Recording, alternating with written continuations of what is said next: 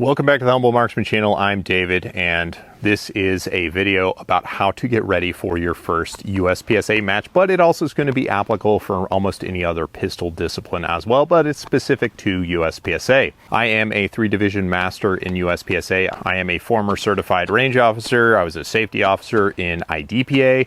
I'm a former match director. I have chartered a USPSA club. And this is part 2 to kind of the match director talk on how to plug into a match and shoot. So if you haven't watched that video, that'll be probably a good place to go next if you're thinking about shooting USPSA. In the first video, we talk about the range commands, the specific logistics of navigating your very first match. This video is going to be geared more at what you need to be doing in order to know you're ready to show up to the match, and a couple drills that you can do to get ready. But also we're going to talk about kind of gear. Everybody wants to talk about buying gear for kind of their first match.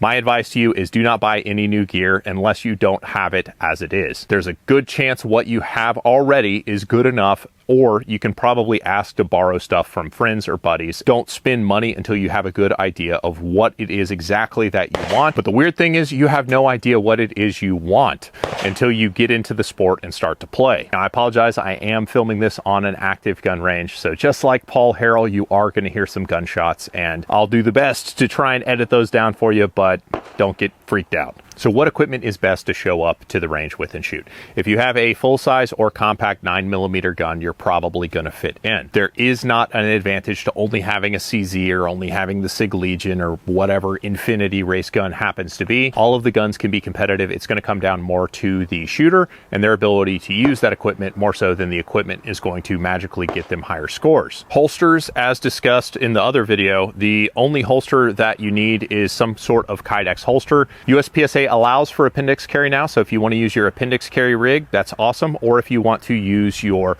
hip carry rig, that's fine too. But a Kydex holster or a plastic injection molded type holster is going to be preferred.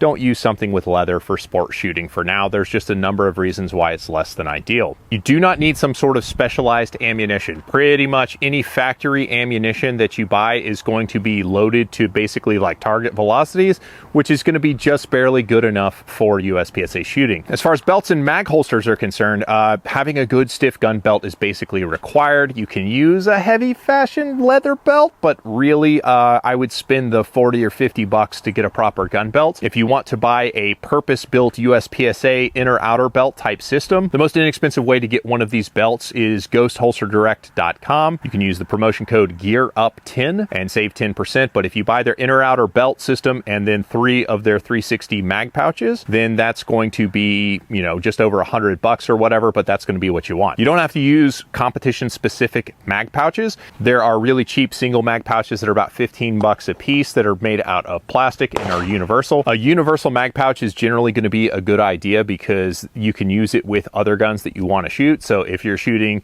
a Glock one week and you pick up a SIG and want to shoot that the next week, you can, you know, change the holster out, but your mag pouches are still going to be good. There's a bunch of other specific manufacturers who make gear specifically for USPSA or IPSC. Double Alpha Academy, CR Speed, Black Scorpion Gear, Ghost. There's a few others, and then there's a bunch of like smaller Kydex shops that fold Kydex for the game as well. And the belt is probably, if you're going to spend your money on anything in this game, getting the inner outer belt system with universal mag pouches is a good place to start because that'll carry you pretty far into the game. So that is the equipment side. Let's talk about the skill side and what is kind of the skill floor to be successful at a USPSA or IDPA match. If you can take a standard 8.5 by 11 sheet of paper and put it at 12 yards and with unlimited time put 10 rounds on this sheet of paper, you have the skill required to make about 90% of the shots you're going to encounter at the match. Ready? All right, I'll 10 her on there. If you take this same sheet of paper and push it back to 25 yards, and you can put all 10 shots on the piece of paper at 25 yards with unlimited time.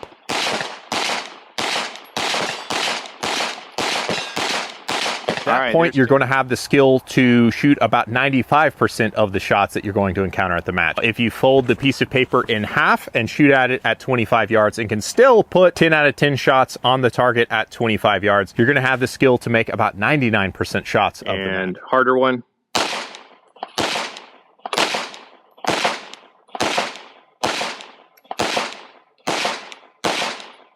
20 are there. That might be one high one. 1, 2, 3, 4, 5, 6, 7, 8, 9. So yeah, through one high, but generally speaking, good to go. The only things that you can't really practice on a square range are going to be the moving targets that you encounter sometimes. That requires tracking targets or ambushing them at the dwell. Those are skills that you're generally only going to start to develop once you start shooting competitive shooting pistol sports. So from a fundamentals perspective, if you can do all that, then you have the shooting skill required to compete in the match. It's not a super high bar to step over from a being able to hit it standpoint, but then the next piece is going to be kind of the gun handling, and let's talk about that. Said I'd get into the skills, but I forgot about two things to tell you about. So first and foremost, snap caps. These are inert cartridges that are fantastic for dry manipulations. I would recommend that everybody, regardless of whether you're a sport shooter or not, have some snap caps so you can just run some drills on seeing what this up. Do not use live ammunition to practice this kind of stuff. These next drills are going to be completely dry, which means no ammunition in the room, completely unloaded gun. You know the gun safety rules. You've seen that stuff before, but do not do this with live ammunition. Snap caps are excellent in order to practice the administrative stuff of gun handling. The other piece of equipment that I would highly recommend to come shoot your first match is some kind of soft-sided pistol rug. You can carry your gun to and from your range bag to the safe area where you can put your gun in the holster with this rather than having to lug some big old range bag over there with you. And kind of a final good idea if you are going to pick this up as a sport, and even if you just want it as a training aid, these things are very useful, but Double Alpha Academy makes these little, they're not even magazines, they're just hunks of plastic shaped like magazines for popular guns. This is a 2011 style one. I use this in my dry practice to develop skill. If you're going to do a lot of dry fire, it's good to have these Double Alpha type magazines rather than beating up your good expensive magazines. So the very first drill that we'll actually talk about, and this is with dry fire, I have a completely unloaded gun and I have a magazine, and the safe direction is this way. This is the back berm over here. So everything is going to be oriented this way. As discussed in the other video, USPSA operates a cold range.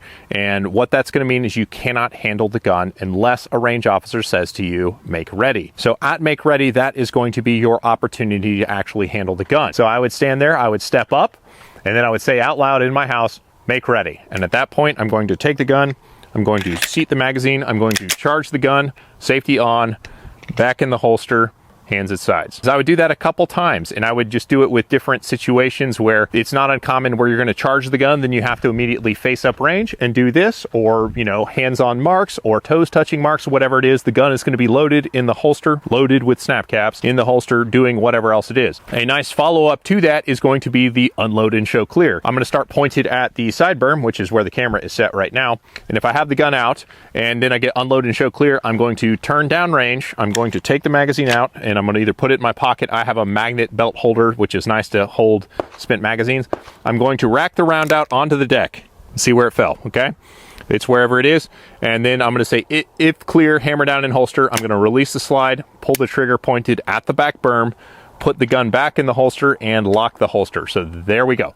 That's going to be the most basic thing. Do not flip and catch the rounds at your first match. If you are practice at it, it is safe and shooters can do it. But if you don't have that skill and the people don't trust you to do it, don't necessarily test them. I shot a match just last weekend where the range officers, despite the fact being an accomplished shooter, did not want me to flip and catch it, unload and show clear, which is a shame because these open guns with these big levers are fantastic for flipping and catching. The very next skill is going to be how you move with the pistol. Again, unloaded pistol, so safe direction that way. So when you're shooting, you're going to have both hands on the gun more than likely, and you're going to have your finger on the guard. When it comes time to move, don't do this. Don't do this. Don't use a temple index. Don't do any of that stuff. The fastest and safest way to move around with a gun is to keep the muzzle glued at the back berm and run around with your finger outside way high up on the slide like this. Just float the gun like this and let it go in front of your face. I have amazing awareness. I can move around the range. I know where my gun is at all times. And just moving around like this is the fastest and safest way to navigate a course of fire. The other big benefit is it's the fastest way to rebuild a grip on target. So if I know that I'm coming into a shooting position, I can be ready to shoot immediately versus swinging up like this and getting all those gyrations.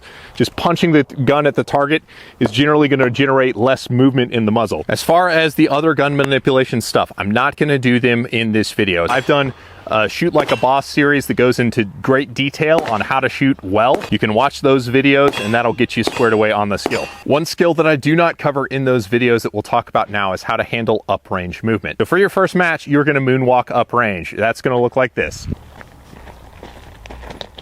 There are other techniques for how you can move uprange that are faster and more efficient. If you subscribe to my Arrogant Marksman channel, you can watch my match videos. You'll see the other techniques that you can use for moving uprange, because I don't do that, but I'm not going to talk about those in this video. Another common shooting challenge that you'll get into is there will be barricades, and how you position yourself on the barricades is going to be important for how you kind of get in and out of position. If the fault line is right here in line with the barricade, what I don't want to do is necessarily get up right here, because if I leave position to go this way, then there's a good chance I can actually not pull the gun in deep enough and hit the gun on the barricade. What I'd recommend doing is simply just not entering the position that deeply. You can see that I can reach out and touch the barricade, but I can swing the gun around the barricade with no problems. You'll find this shooting challenge as well with ports. Ports is another really common thing where there's a barricade with like a hole in it.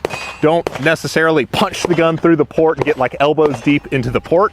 A lot of times you can just hang out to the back of the port, maybe just put the muzzle into the port, and that's gonna be deep enough to do what you need to do. It's gonna prevent you from hitting the muzzle or the gun on the stuff. So let's talk about holstering the gun. And I have a race holster, which is this skeletonized thing for these gigantic race guns. How to properly holster a gun, the technique is going to be similar for most holster setups. If I have a Kydex holster, the technique is going to be the same.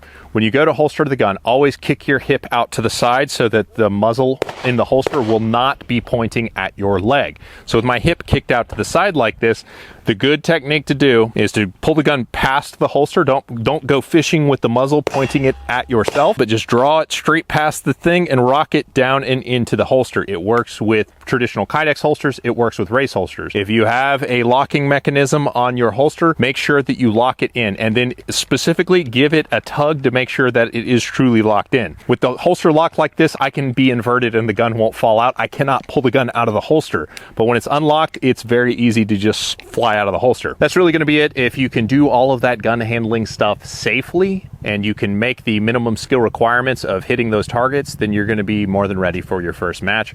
I appreciate you guys, and I'll catch you on the next one.